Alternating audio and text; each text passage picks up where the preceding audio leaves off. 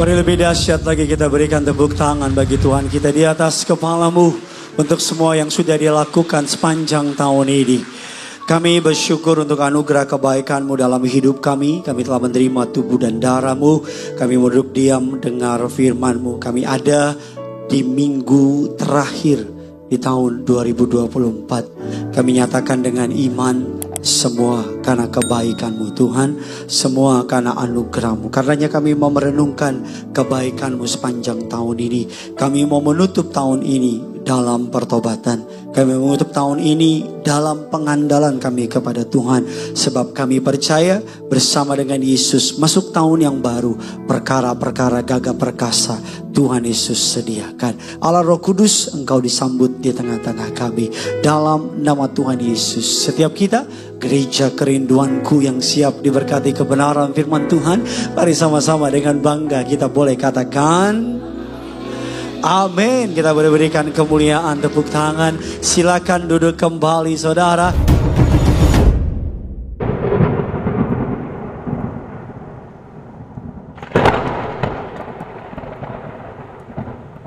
Terpujilah nama Tuhan yang telah mengumpulkan saudara dan saya pada pagi menjelang siang hari ini. Terimalah salam terhebat, termanis, terdahsyat dari mimbar ini. Shalom kerinduanku church. Bisa lebih semangat lagi. Shalom. Apa kabar semuanya saudara? Tuhan Yesus itu baik, amin. Siapa yang percaya dan bersyukur tahun ini Yesus dahsyat bagi saudara. Haleluya, puji Tuhan. Kasih salam kiri kanan saudara. Katakan tahun depan dia lebih dahsyat lagi bagi hidupmu. Haleluya, puji Tuhan. Yuk yang sudah salam sekali lagi dong kita kasih kemuliaan, tepuk tangan bagi Tuhan kita. Saya beri judul pada hari ini adalah finishing well saudara. Mengakhiri dengan baik atau bahasa kerennya garis finish. Bukan sekedar mengakhiri, tapi mengakhiri dengan baik saudara. Semua orang pasti mengakhiri tahun ini. Tapi pertanyaannya siapa yang mengakhiri dengan baik? Cuman dua pilihannya, mau mengakhiri dalam ketakutan atau mau mengakhiri dalam iman. Pak Bu, bagi saudara yang ingin berdoa bersama dalam pergantian tahun, saya undang saudara seluruh jemaat Tuhan, streaming ataupun onsite tanggal 31. Bukan di tempat ini, di lantai atas saudara. Kita akan bersama-sama masuk pergantian tahun dalam pujian, penyembahan dan ucapan syukur sama Tuhan saudara. 31 saudara, pergantian tahun di lantai atas saudara. Supaya tempatnya muat, karena kalau dibawa enggak muat saudara. Saudara yang mau bawa teman tanggal 31, bawa teman saudara. Yang pengen bawa mantan, bawa aja kalau saudara pengen berantem saudara. Dan di pergantian tahun bilang kita damai ya gitu saudara ya. Siapa yang pengen datang tanggal 31 saudara? Yuk yang mau datang. Oh haleluya. Yang pengen bawa teman. Kok gak ada yang angkat tangan saudara? Yang pengen bawa teman ya saudara. Yuk puji Tuhan. Yuk sama-sama kita akan belajar. Kita buka firman Tuhan 2 Timotius 4 ayatnya yang ke-6 dan ke-8. Kita baca 3 ayat ini bersama-sama. Yang sudah di sana sama-sama dengan saya katakan saya pasti diberkati. Yuk sama-sama kita baca kerinduanku church. 3, 2, 1 ya. Mengenai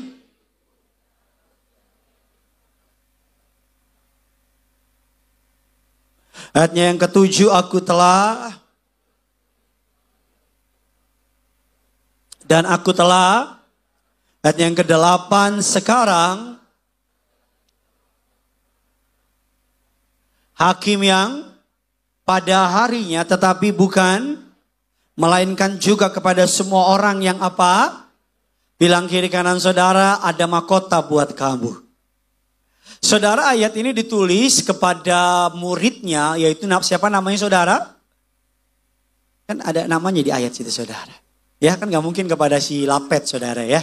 Rasul Paulus menulis ayat ini ketika dia menanti hukuman mati dari Kaisar Romawi. Alkitab mengatakan Paulus ditangkap dan dia dijatuhi hukuman pancung Pak Bu. Dan suatu ditulis kepada muridnya, kepada penerusnya yang bernama Timotius. Marganya Simanjuntak. Saudara, dia berkata ayatnya yang ke-6, mengenai diriku, darahku sudah mulai dicurahkan sebagai persembahan dan saat kematianku sudah apa? Sudah dekat dikatakan. Nah, ayat yang ketujuh menjadi dasar kita mendengar firman Tuhan hari ini. Aku telah mengakhiri pertandingan yang aku telah mencapai dan aku telah memelihara. Sama-sama bilang sama saya pertandingan yang baik. Sama-sama bilang sama saya garis akhir. Sama-sama bilang sama saya memelihara iman. Jadi semua orang, setiap kita berada dalam pertandingan. Pertandingan 2024 dikit lagi habis. Betul saudara ya? Kita sudah ada di injury time, saudara. Makanya jaga baik-baik. Dikit lagi kita masuk pertandingan yang baru. Siapa yang punya iman 2025? Pertandingannya akan banyak kemenangan karena Yesus. Haleluya. Nah makanya saudara, saya tulis dalam slide saya, seorang hamba Tuhan namanya C.T. Stout mengatakan only one life. Hanya satu kali hidup dikatakan. It will soon be past. Akan segera berakhir. Only what's done for Christ will last. Hidup ini cuma sekali dan akan segera berakhir. Hanya yang memberikan hidupnya kepada Kristus yang akan bertahan sampai akhir. Amin saudara. Hanya yang memberikan keberadaannya kepada Kristus yang hidupnya akan bertahan sampai akhir. Makanya saya tulis dalam slide saya, mengakhiri dengan baik adalah tujuan terbesar dan paling memuaskan dalam hidup orang percaya. Mengakhiri dengan baik. Tahun ini pasti berakhir. Suka nggak suka, mau nggak mau, siap nggak siap. Saudara mau tidur nggak keluar rumah, hari pasti berganti. Betul apa tidak? Nah tapi pertanyaannya bagaimana? Sama-sama bilang sama saya bagaimana? Bagaimana kita ini garis akhir melewatinya? Kalau saya tanya sama jemaat kerinduanku sesi 9.30 di kota Bekasi. Apakah Anda mengakhiri tahun ini dengan baik? Memang jawaban paling aman amin. Ya kan saudara, amin aja udah Pak, amin aja. Saya kalau ketemu sama orang Kristen, udah makan belum? Amin. Hanya dia sama Tuhan yang tahu apa jawabannya. Kalau saya tanya sama saudara, kalau saudara ini lebih luas lagi. Kalau misalnya saudara beberapa waktu kemudian dipanggil Tuhan ke rumah Bapa pulang. Apakah saudara puas? Apakah saudara mengakhiri pertandinganmu di dunia ini dengan baik? Jawaban yang keduanya tetap amin. Makanya saya tulis dalam slide saya, ciri bahwa saudara mengakhiri tahun ini dengan baik adalah ciri yang pertama, if any regret, your mistake already work for good. Kalau saudara pernah berbuat salah, siapa yang sepanjang tahun ini pernah buat salah? Pasti semua angkat tangan. Kalau ada yang gak angkat tangan, maju ke depan, kita angkat jadi Tuhan dia. Kalau pernah buat salah, kalau ada penyesalan di tahun ini, ciri bahwa saudara sudah mengakhiri tahun ini dengan baik, mengakhiri tahun ini dengan baik, adalah saudara mengubah kesalahan mendatangkan kebaikan. Contoh, saudara kena serangan jantung dan selamat karena pola hidup, pola makan, pola istirahat. Saudara mengubah itu menjadi makan lebih benar, istirahat lebih benar, olahraga lebih benar. Saudara berhasil mengubah kesalahan mendatangkan kebaikan. Yang ngerti bilang amin dulu. Nah, kalau dalam garis besarnya end of your life, akhir dari hidup saudara, cirinya adalah yang pertama, hati nurani saudara bersaksi bahwa hidup saudara berkenan di hadapan Tuhan. Kalau. Ini jawab dalam hati aja. Karena pun kalaupun gak dalam hati kau juga gak jawab kok. Kalau Tuhan panggil kamu, kira-kira hidup kamu selama hidup ini berkenan apa tidak?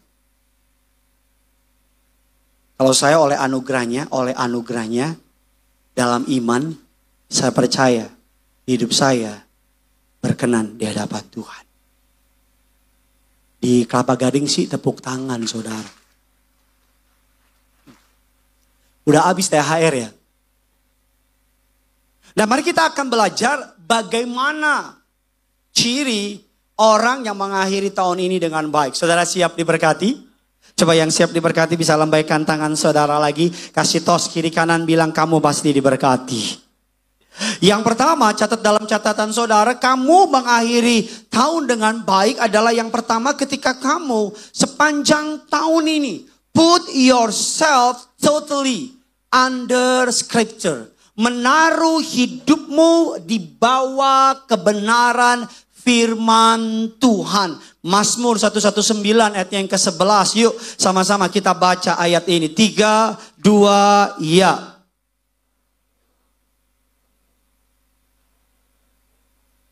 Dalam hatiku aku menyimpan supaya aku jangan apa? Jangan berdosa. Ciri bahwa saudara mengakhiri tahun ini dengan baik. Apakah selama tahun ini kamu menaruh hidupmu di bawah kebenaran firman Tuhan? Ciri gampangnya begini. Bangun pagi, apa yang pertama kali kamu baca? Kalau bangun pagi kamu ambil HP, update status, baru bangun nih. Atau ambil HP, lihat sosial media, maka engkau berada bukan di bawah firman Tuhan. Saya dorong saudara yang tahun ini belum menyelesaikan pembacaan Alkitab, saya nggak usah tanya deh siapa yang sudah selesai. Karena kalau saya tanya, saya absen, takut kecewa. Dan dari ketawa membuktikan pertanyaan saya. Pak, Bu, saya dorong saudara tahun depan bisa menyelesaikan pembacaan Alkitab. Kalau baca sehari 3 pasal, nggak nyampe setahun Alkitab selesai. Kalau sehari baca 5 pasal, nggak nyampe 8 bulan Alkitab selesai. Kalau sehari baca 7 pasal, nggak nyampe setengah tahun Alkitab selesai. Kalau satu hari baca 1 kitab, nggak nyampe lu selesai. Saya tanya sama saudara, kalau kita makan apel, masuk ke dalam perut kita apel jadi apa? Vitamin? Mantap. C. Ya, A atau C. Ya terserah gue lah. Pisang-pisang gue. Apel-apel gue. Kalau saya makan pisang, maka masuk ke dalam perut saya, pisang jadi potasium. Betul apa tidak? Kalau kamu makan firman, maka masuk ke dalam kamu, di dalam diri kamu firman itu jadi DNA-nya Tuhan. Amin. Perubahan yang paling hebat adalah bukan dari luar ke dalam. Tapi dari dalam keluar. Kalau kamu baca firman, maka firman itu dari dalam kamu ngubah yang di luar. Amin saudara. Makanya sebelum Yesus naik ke surga, Yesus bilang begini sama saudara dan saya. Aku akan kirim penghibur sama kamu. Nah maksudnya Roh Kudus. Roh Kudus itu akan mengingatkan segala perkataanku kepada kamu. Nah kalau Roh Kudus mengingatkan, apa yang diingatkan? Dia ingatkan firman. Kalau kamu gak pernah baca firman, Roh Kudus mau ingetin apa? Ada orang yang cari Alkitabnya cuma hari Minggu. Dia teriak, Mbak, Alkitab di mana Mbak? Saya mau tanya, kalau Alkitab di gereja ketinggalan, putar balik gak? Dalam teori berkhotbah, pendeta bertanya, jemaat menjawab.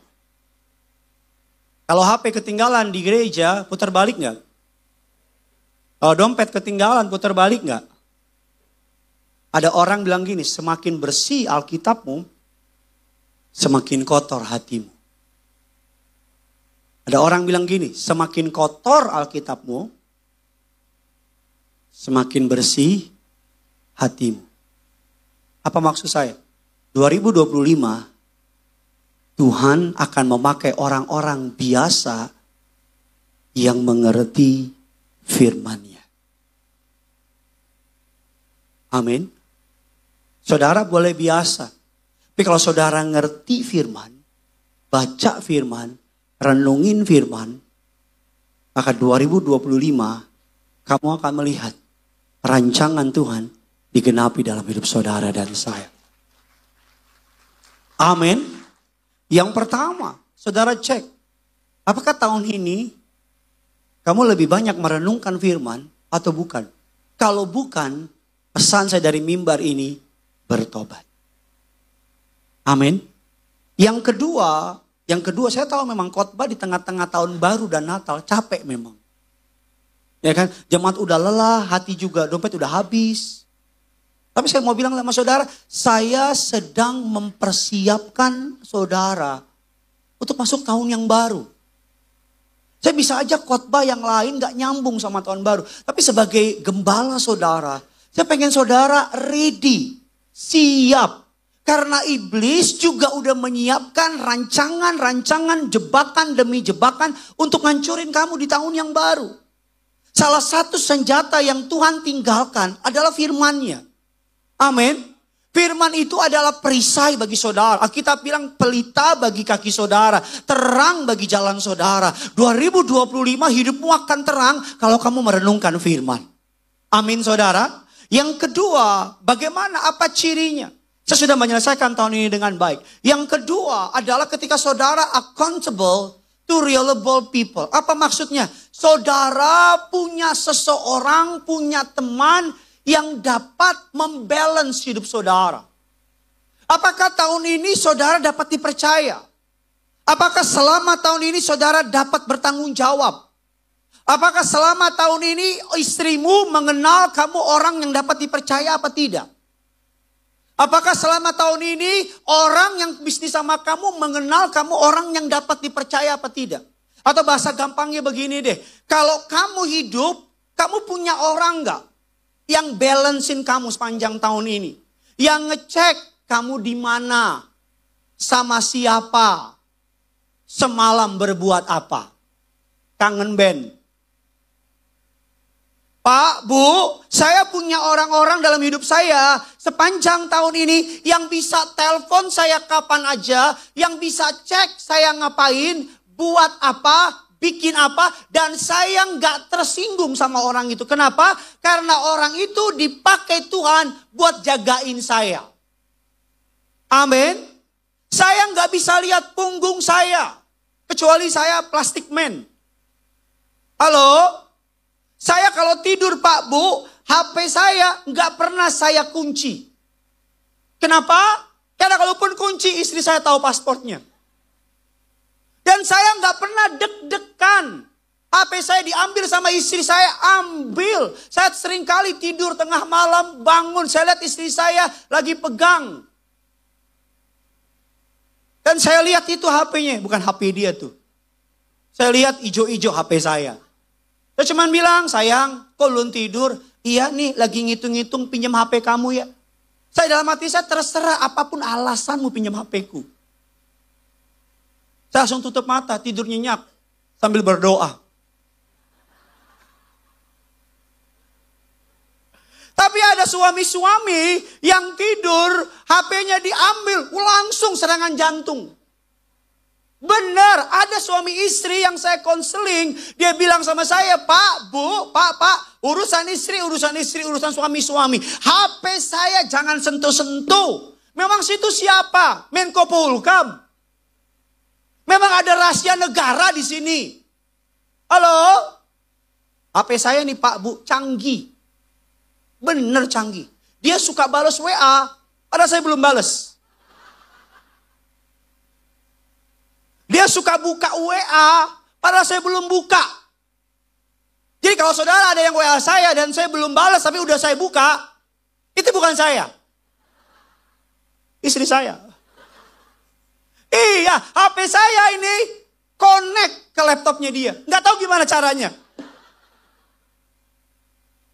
Tapi biasa aja saya, santai. Kalau ada suami-suami di sini, istri-istri, yang ketakutan HP-nya diambil, dicek. Mohon maaf, jangan marah sama saya. Saya hamba Tuhan, saya pendeta saudara. Berarti ada sesuatu yang salah. Kalau ada suami-suami yang bilang gini sama istri, udahlah, yang penting saya malam pulang, gak usah tahu saya ngapain. Saya mau ngomong ya, mohon maaf ya. Kalau cuman yang penting pulang, binatang juga malam-malam pulang ke kandangnya. Halo? Kalau ada yang nanyain kamu, berarti peduli. Kok gak ada yang ngamin sih? Berarti apa? Saya tahu Pak, istrimu kalau nanya kayak penyidik KPK. Penyidik KPK juga pensiun dengar istrimu. Tapi dia peduli. Saya tahu anak-anak muda. Kalau mamamu telepon, lagi di mana? Ngapain? Kau belum pulang? 5 menit kemudian, di mana? Ngapain? Kau belum pulang? Belum mati? Di mana? Ngapain? Kau belum pulang? Saya mau bilang sama saudara. Apakah sepanjang tahun ini kamu accountable apa tidak? Jangan bilang begini, pokoknya I am only accountable to God. Ini omongan yang dipakai oleh Louis ke-17 dan King James ke-1 di Inggris. Ketika dia diperhadapkan oleh panggilan yang namanya DPR-nya sekarang, dia bilang kepada mereka, saya hanya bertanggung jawab kepada Tuhan. Ini kan omongan orang yang pengen menghindari tanggung jawab. Ini omongan orang yang pengen lari dari tanggung jawab. Saya mau bilang sama saudara. Hari ini Pak, sebelum tahun ini berakhir, kalau HP-mu banyak yang aneh-aneh, udahlah lalulah. Hapus, bersihin, habis itu kasih istrimu. Ini saya yang cek. Papa nggak takut? Udah papa hapus. Saya nggak bohong ya. Saya banyak kenal orang punya 2 HP. HP 1 yang istrinya tahu. HP 1 lagi yang istrinya nggak tahu. Hanya dia sama syaitan yang tahu. Yang kalau pulang ke rumah, HP 1-nya diumpetin. Gak tahu di mana. Udah kayak narkoba atau enggak? Iya. Saya kenal orang yang hidupnya di rumah namanya bapak ini, di luar namanya bapak apa. Saya gak mau menghakimi. Tapi sebagai hamba Tuhan, sebelum tahun ini berakhir, bertobat. Saya pernah ketemu sama jemaat, ajak makan. Saya ajak makan ke tempat ini. Jangan Pak, jangan ke situ. Loh kenapa makanan enak? Jangan Pak, sekali saya gak apa-apa. Berkali-kali, kok gak mau ke situ? Apa? Iya gitu deh Pak. Kenapa? Saya jawab, juga. Saudara mau tahu bilang apa? Iya Pak, saya di belakang ada kosan mantan saya. Loh, kan itu dulu. Kenapa harus takut? Baru Pak. Kamu nikah kan udah 10 tahun. Saya jawab lagi, juga. Accountable. Kemarin gereja kita baptisan Pak. Memang saudara nggak nanya, tapi saya kasih tahu informasi ini. Puji Tuhan oleh anugerah Allah, yang baptis 75% orang baru terima Yesus. Bisa lebih dahsyat dari ini dong. 75%. Lebih dari 50 atau 40 atau 60. 75%. Suami istri dua-duanya bukan Kristen. Tolong dibantulah, yo.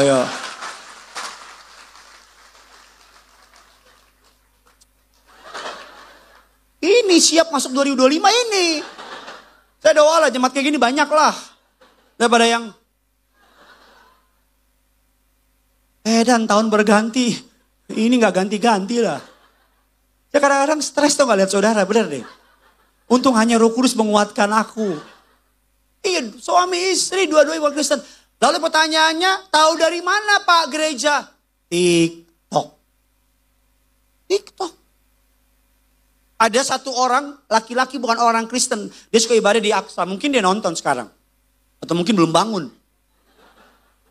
Ya pokoknya dia bukan orang Kristen, sakit jiwa. Bipolar. Dirawat di rumah sakit Atma. Lagi sakit jiwa, mau bunuh diri. Dia keluar, dia lihat ada lukisan. Gambar Yesus. Saya gak kurang-kurang, gak lebih-lebih. Ini perkataan dari dia. Dia bilang gini sama lukisan. Kalau memang kamu Tuhan, tunjukkan jalannya. Untung tuh lukisan gak jawab. Iya. Setan iya. Gak berapa lama temannya telepon. Temannya ajak gereja. Saudara mau tahu ajak gereja kemana? Jangan salah sebut, woi. Diajak ke Kuningan City, lantai 36. Kerinduanku. Bukan soal kerinduanku. Bukan soal kerinduanmu. Bukan soal rindu kita. Tapi Tuhan bawa dia ke gereja. Saya konseling dia kemarin di situ. Ini gak ada orang kemarin. Ya. Ada adik kakak 114, 116. Datang. Namanya bukan nama Kristen. Kita tahu lah nama orang Kristen atau bukan. Kalau Kristen kan Yohanes gitu kan. Namanya itu. Di streaming. Namanya itu. Adik kakak. Suruh doa aja bingung. Pokoknya mirip saudara lah, bingungnya lah. Mereka kan baru Kristen, saudara kan udah lama. Emang gak bertumbuh-tumbuh kau memang. Saudara tuh perlu orang yang gini nanya. Gimana istri? Anak-anak gimana? Kamu apa kabar? Baik, udahlah. Kalau mau orang lain bohong, sama saya jangan. Kenapa? Ya gini, cerita. Biar gue ceritain ke orang-orang. Tahun ini, kamu mengakhiri tahun ini dengan baik apa enggak? Pertanyaan kedua adalah, kamu akan tebel enggak? Kalau tahun ini kamu hanya bertanggung jawab sama dirimu sendiri dan gak ada yang ngawasin kamu. Pesan saya tahun 2025, cari orang yang kamu percaya.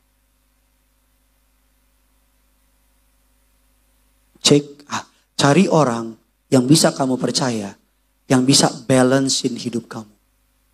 Saya setidaknya ada 3 tempat orang dalam hidup saya. Yang pertama, the one and only, mama saya. Tadi pagi dia telepon saya. Bontot! Dia kalau telepon saya gak pernah shalom, gak pernah apa. Bontot!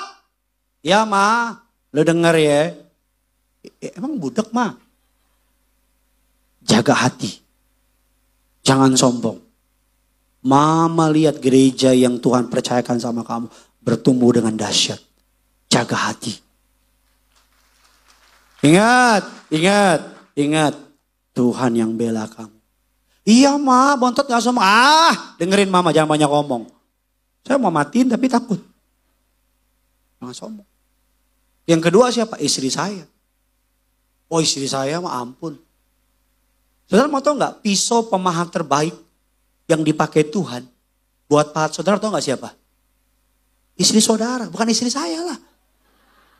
Ngapain istri saya pahat saudara?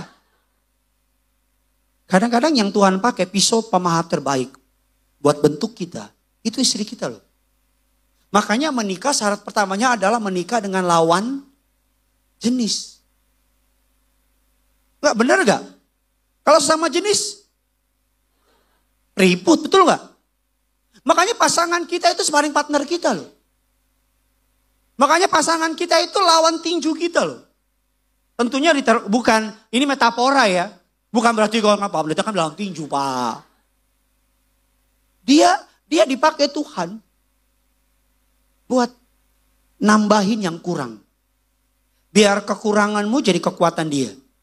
Biar kekuatan dia tolong kamu. Saya sebenarnya gak mau ngomong gitu tapi lupa ngomong apa.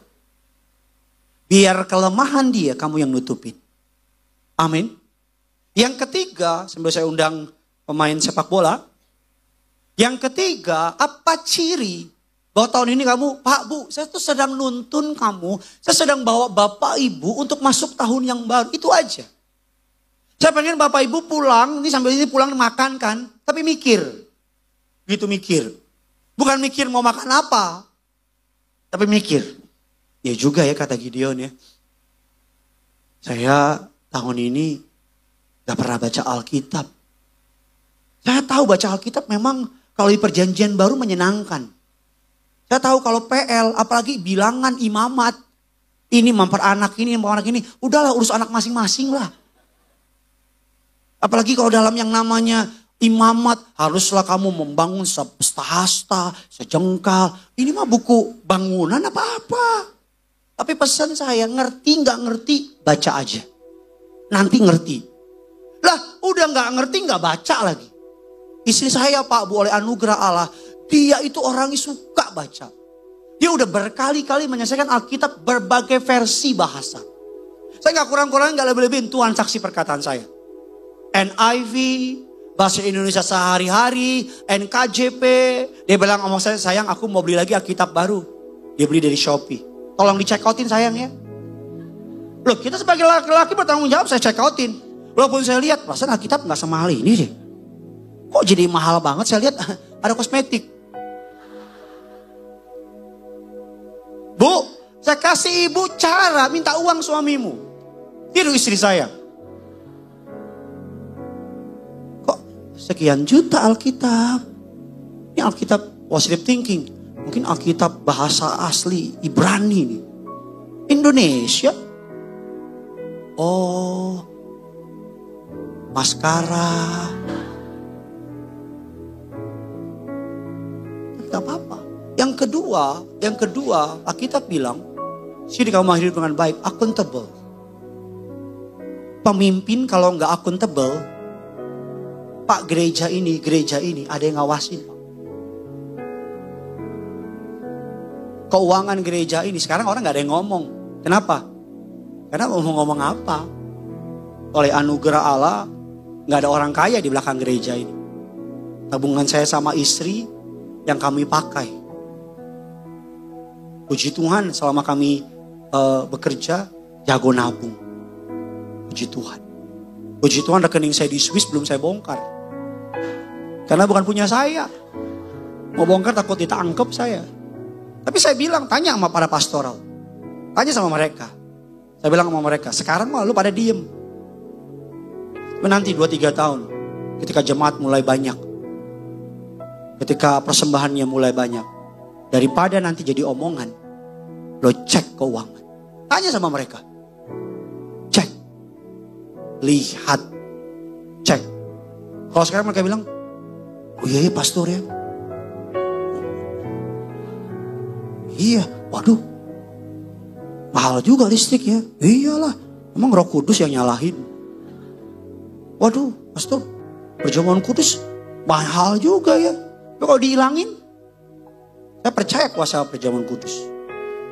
Tapi saya bilang sama para pastoral, tentunya gak semua orang. Karena kalau kebanyakan orang yang tahu ribet moncong iya. Bahkan saya sampai dalam rapat saya bilang, gimana kalau kita pampangin aja ke jemaat? Yang mau lihat aja, gak ada takut saya. Bukan sombong, bukan. Karena gereja harus accountable. Saudara harus tahu kemana uangmu. Bukan rumah gembalamu yang makin besar. Tapi gerejanya yang harus makin besar. Amin. Saya ngomong di depan nih, biar saudara tahu model kayak apa gereja kerinduanku. Biar mau saudara tahu. Kalau sekarang saudara pada diem semua kan? Karena saudara tahu, gue juga nggak ngasih ya gimana.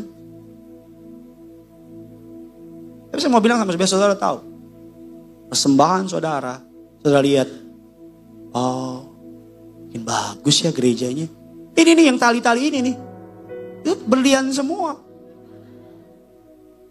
Ambil satu, saudara ambil satu, jual. Ini bilang orang gila loh. Tapi harus saudara ngerti, tahu. Ada orang-orang yang gereja secara akte loh, bukan ngomong kosong, akte. Gereja meminta orang tersebut untuk melihat. Kenapa? Harus. Kenapa? Saya bisa lupa diri. Agar ketika saya lupa diri, ada yang di belakang sambil main keyboard. Ada yang di belakang apa? Ngelihat. Ngawasi. Saudara harus lihat. Kalau saudara kasih persembahan tapi gerejanya enggak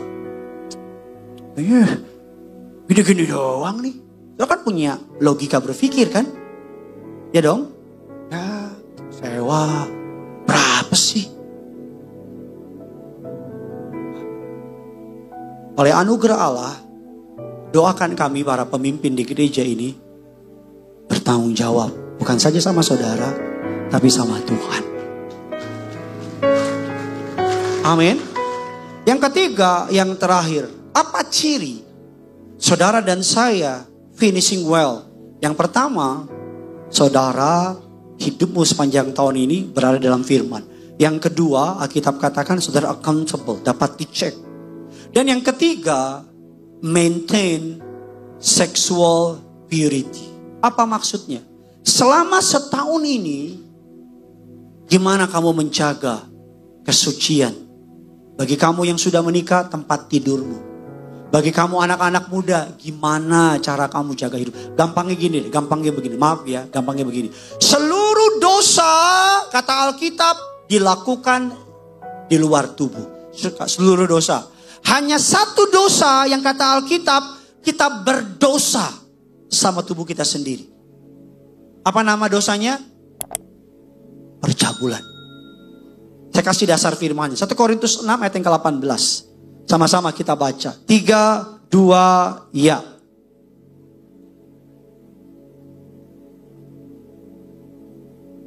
Terjadi di luar dirinya. Tetapi orang yang melakukan percabulan berdosa terhadap. Saya bak-belakan aja langsung deh. Kamu masih nonton film porno gak?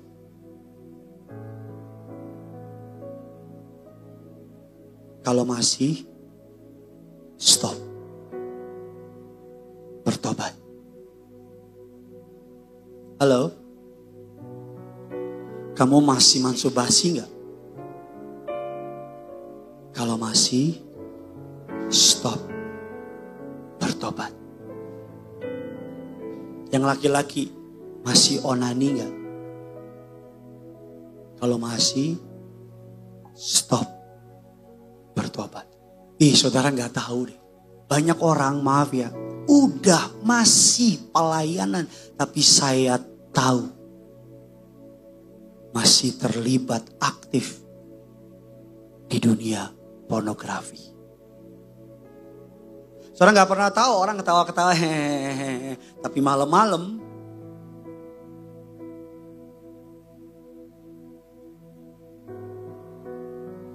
So jangan lihat orang yang mukanya alim, ya, ketawa-ketawa, nggak ngerti apa-apa. Jatuh sama itu. Saya udah lama jadi pendeta. Diam kayak begini, cuman satu artinya. Saudara sepakat sama perkataan saya. 2025 kalau saudara nggak stop, it will kill you. Itu bunuh kamu nanti. Itu ngerusak rumah tanggamu. Ngerusak hubunganmu sama Tuhan. Ngerusak kepercayaan dirimu. Survei membuktikan. Nanti tahun depan kita akan belajar deh. Kita akan belajar. Survei membuktikan orang yang terlibat sama pornografi otaknya rusak. Kecanduan pornografi lebih mengerikan daripada kecanduan narkoba. Contoh. Saudara nih kalau terbiasa tangan kanan, maka apa-apa pakai tangan kanan. Otak kita tuh ibaratnya hutan. Kalau saudara misalnya nih, saudara memulai kebiasaan yang baru, misalnya saudara nulis bahasa Ibrani. Itu lama-lama awal kan gak inget kan? Lama-lama jadi inget kan? Karena otakmu tuh pelan-pelan tuh nebasin gitu. Dia buka jalur, dia bikin jalur. Jadi ketika nanti kamu baca bahasa Ibrani, jalurnya udah ada. Nginget, oh begini. Itu jalur. Nah orang tuh yang mohon maaf pornografi, nonton blue film, onani, masturbasi dan teman-temannya. Itu di otaknya ada jalur. Makanya beda orang yang gak terikat sama yang terikat. Orang yang terikat lihat cewek, padahal roknya cuma ngangkat dikit. Langsung gitu. Karena jalurnya udah ada. Yang belum, malah kasihan. Bu, keangkat. Apanya? Taraf hidupnya. Lu diem aja sih. Jawab kayak apa, kayak respon kayak. Halo? Saya kemarin konseling, kami hamba Tuhan Pak. Tuhan kasih ke kami tuh kepekaan. Tanya sama teman-teman pastor, mereka saksinya. Orang jalan, dan itu saya nggak setting. Orang jalan, Roh Kudus bilang di hati saya, orang ini begini. Saya cuma ngomong lewat, tahu dari mana saya? Saya konseling orang. Seorang itu ke pendeta lain. Roh Kudus kasih ingat lagi, bilangin sama konselornya. Saya bisikin konselornya. Ini orang begini. Udah. Saya cuma taat aja. Selesai, itu pendeta sama saya. Betul Pak, yang Bapak bilangin persis kayak gitu orangnya. Kok Bapak tahu sih? Saya bilang, apa? Genteng. Tuhan. Dalam kesempatan saya juga tahu kok. Ini bukan sosok dukun, bukan. Saya bisa rasain kok. Yang masih terikat. Demi kasih Kristus. Stop. Kalau kamu sudah nikah, kalau kamu berani ngomong sama istrimu. Cerita. Aku masih terikat pornografi. Dan istrimu jangan bilang, ih najis, jangan gitu. Gak, kadang-kadang istri juga. Ya laki-laki kan punya, ini kok jadi ke situ ngomongnya ya. Istri itu harus, gitu ya. What can I do for you? Ajarin. Jam-jam jatuhnya selalu sama kok, gak pernah berubah. Gak ada orang jatuh di gereja. Ada sih tapi dikit. Biasanya malam-malam. Sendirian. Kalau suamimu udah jujur malam sendirian, malam-malam kok didampingin dia. Gak bobo, udah ngantuk nih Pak. Temenin. Bahkan kalau perlu, putus internet. Daripada hidupmu yang putus. Halo? Kalau perlu ambil HP. Kalau saudara punya anak yang remaja, cek HP-nya. Ambil, lihat historinya. Lihat. Banyak anak muda langsung deg-degan mukanya. Aduh, mau dicek nih. Sambil kau amin, kau hapus. Amin. Ya, stop. Bunuh dosa itu oleh anugerahnya sebelum dosa itu bunuh kamu. Kill or to be killed. Kamu tuh kalau, maaf ya, pernah lihat orang terikat? Pernah? Orang kalau terikat suruh nyembah bisa gak? Orang terikat? Orang kalau terikat suruh angkat tangan bisa gak? Terikat. Makanya Yesus datang memerdekakan kita. Amin. Agar apa? Kamu bukan lagi budak dosa. Dulu kamu budak. Kamu gak tahu apa-apa, cuman yang kamu tahu dosa. Kamu cuma bisa buat dosa. Ketika Yesus datang, kamu dikasih kesempatan memilih untuk kembali kepada dosa atau hidup bagi Kristus. Amin. 2025 nanti tanggal 31, sedikit istilahnya sneak peek ya. Saya tanya sama Tuhan, kenapa Tuhan kasih tema buat kerinduan Good, the year of many open doors? Jam 1 malam saya bilang kalau memang ini dari Tuhan, kasih keteguhan sama saya. Gak berapa lama kemudian gak bisa tidur, saya orangnya kalau gak bisa tidur, saya ambil, saya punya HP, laptop, saya belajar. Ambil beberapa buku, belajar. Ambil bahasa apa yang orang custom Ibrani apa bilang soal 2025? Apa secara gematria? Apa secara histoka? Apa secara sejarah? Ayat-ayat apa saja? Dan ketika saya baca, saya bilang wow. Tanggal 31 kita akan belajar soal itu. Karena ada banyak itu khotbah pengajaran. Dan karena saudara berjemaat di kerinduanku, itu akan menjadi tema besar tahun kita di tahun depan. Tahun di mana Tuhan banyak buka pintu. Kalau engkau percaya, datang dan kita belajar sama-sama. Selamat hari Minggu yang punya surga. Crazy love with you. Kita berikan kemuliaan tepuk tangan. Petraikan firman-Mu bertumbuh berakar buah menjadi rema. Kami siapkan hati kami membawa korban ucapan syukur kami kepada-Mu. Berkati setiap persembahan umat, Tuhan balaskan dari kerajaan surga. Dalam kesempatan ini hamba berdoa, mereka yang ingin merayakan pergantian tahun, tapi mereka kekurangan dana, doa hamba-Mu, Tuhan berkati mereka, agar mereka bisa menikmati pergantian tahun dalam kelimpahan anugerah-Mu. Dalam nama Tuhan Yesus.